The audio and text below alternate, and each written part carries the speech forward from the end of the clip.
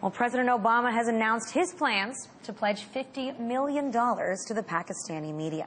The aim being to reverse anti-American sentiments and raise awareness of U.S.-funded projects meant to better the quality of life for every Pakistani. But the notion of branding aid already has a lot of critics who worry that publicly announcing which projects the U.S. has paid for might backfire. So will funding our own media projects really change anyone's mind? Well, here to discuss it with me, I have the author of the blog, Anushay's Point, Anushay Hussain. Anushay, thank you for being here. Now, let's listen to the way they describe this. U.S.-sponsored media to build a brand for America. That sounds a lot like propaganda to me. Would you say that's right? Or do they actually have a right to defend themselves against all the anti-American media that's out there? Well, I think that's a really good question, and I think the answer to that would be both. I think this is what it is, a $50 million PR move, foreign PR experiment, I guess you could call it, in Pakistan. But at the same time, USAID has hundreds and hundreds of really excellent programs on population and health, on democracy and governance, and I think it's fair that those programs, you know, get their fair share of coverage.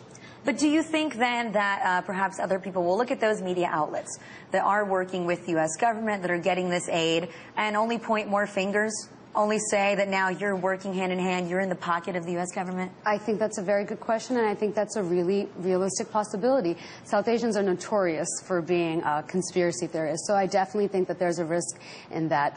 Post 9/11, it's always been like that in the Muslim world, you know? It's kind of a catch-22 for the U.S.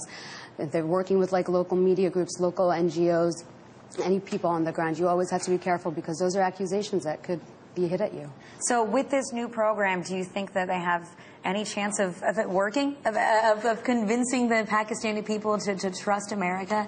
You know, maybe. We don't know. We'll have to see how it all works out. But at the end of the day, I think the U.S.'s actions are much more important than their words, than their PR moves. I mean, there's a really large issue of the war that's raging in Afghanistan next door, of the tensions in the Afghanistan-Pakistan border, of the drone attacks that the U.S. are conducting in Pakistan.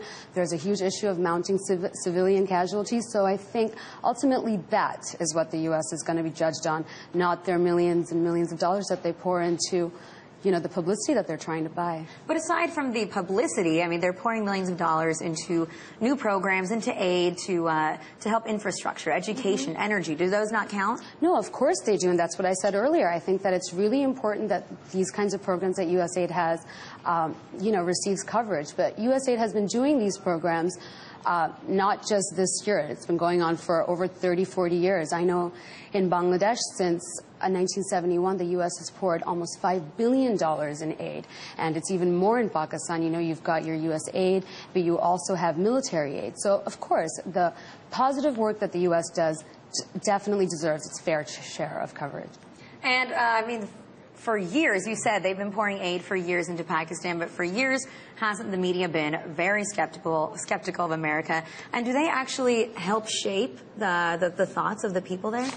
Well, I think definitely they do, but you have to understand that the U.S.-Pakistan relations have changed. It wasn't always like this. The Pakistan role in the U.S., the relationship has changed since this Afghanistan war. You know, you've got drone attacks that the U.S. is committing inside Pakistan. So yes, the media, of course, shapes what the public views, but also, like I said before, you can buy the coverage that you want, but people are ultimately going to judge not what they read, but what they see. And, well, speaking, though, of coverage, do you think that if there do become more of these news outlets that are perhaps a little friendlier to America, then can we just see a counter to that? Because we've done a discussion on Pakistani media before here on the Alona Show, and we've discussed the stark differences in how there almost is a Fox and an MSNBC. Yes. And so then will there be a Fox-like equivalent that just starts pointing even more fingers, coming up with even more conspiracy theories, and being perhaps 10 times as harsh? I think that that's a very valid point, and I think that that's definitely a realistic possibility. There's always a risk of backlash when you are working with the U.S., especially in such a sensitive climate. The war in Afghanistan has spilled on to Pakistan, and you can't deny that. But do you think, have you heard any reports so far of whether the Pakistani government itself supports this program of the $50 million in aid to the media? Well, actually, it's very interesting because I was reading how Pakistani officials, high-level Pakistani government officials, were reassuring the U.S. and pretty much guaranteeing that, you know, this passage of the Kerry-Lugar Bill, which basically gives $50 million for this kind of media work in Pakistan, they were assuring the U.S. that this was going to be celebrated in Pakistan, that the Pakistani people were going to be very happy about it.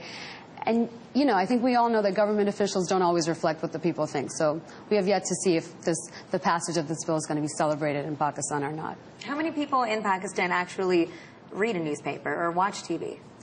Well, I'm sure the majority of the people do, but, you know, you've got the issue of the population in the rural areas, and those are the people, and that is the area where the civilian casualties are actually mounting. And I think those people are exactly the people whose hearts and minds that you have to win over. And they're not going to be making their judgments based on what they're reading and what they're seeing on TV. If even they have access to media, they're going to be seeing by who's getting hit next door by U.S. bombs. Exactly. So if they're the people that are most affected, is all hope lost in this program? Well, you know, let's not be too negative here. We don't know. I mean, maybe there is a possibility. We have to, I think the U.S. needs to be clear about exactly who they're trying to target. Are you trying to target the people, you know, in the cities, in the urban populations? Or are you trying to target the people in the rural areas? Which is why, you know, it's what I said earlier. This is what it is. It's a $50 million PR stunt. Let's see how it falls out. All right, Anushay, thank you for being here. A $50 million PR stunt. That's right. Barack Obama is proposing a plan to give $50 million to media outlets in Pakistan so that the U.S. can now change the people's perceptions. But there are a lot of criticisms, and we have to see if this plan has any chances of actually working.